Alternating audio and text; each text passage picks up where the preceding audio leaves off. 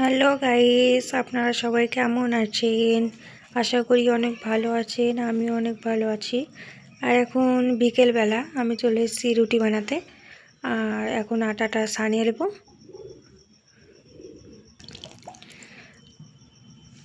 আটাটায় অল্প পানি দিয়ে দিয়েছি, তারপরে ভালো করে মেখে নেব।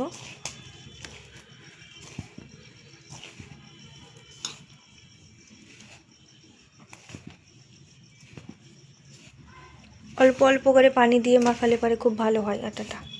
সুন্দর রুটি হবে, ফুলকো ফুলকো রুটি হবে, খেতেও টেস্টি হবে। আটাটা একটু যদি নরম করে সানা হয় তবে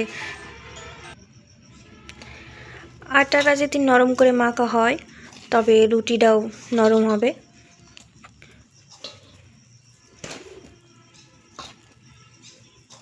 ভালো করে মেখে নেব নরম করে।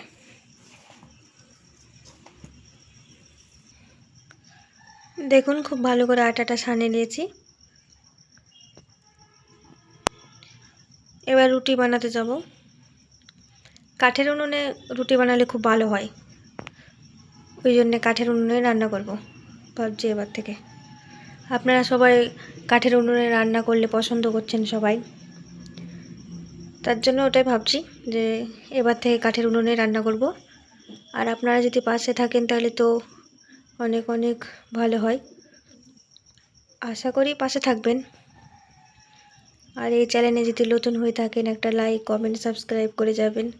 ভালো লাগলে কমেন্ট করে যাবেন। আমাদের বাড়িতে একটা ছোট্ট বাচ্চা এসছে, তার জন্য একটা ছোট রুটি করে রুটিটা বানানো হয়ে গেলে ওকে দিব তার জন্যে। আর এখানে আটাগুলো ছোট ছোট করে নিচি করে নিয়েছি।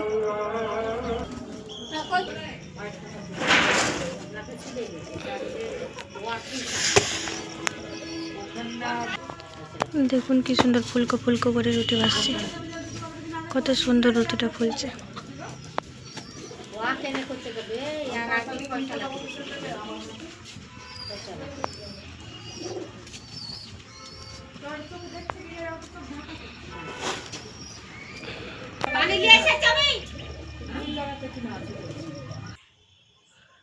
দেখুন রুটিগুলো ভাজা হয়ে গেছে, আর এখন কতটা নরম হয়েছে দেখাচ্ছি আপনাদেরকে।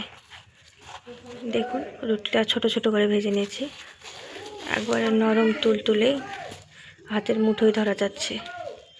আবার ভাঁজ করলে হয়ে যাবে সুন্দর। দেখুন কতটা নরম হয়েছে সব।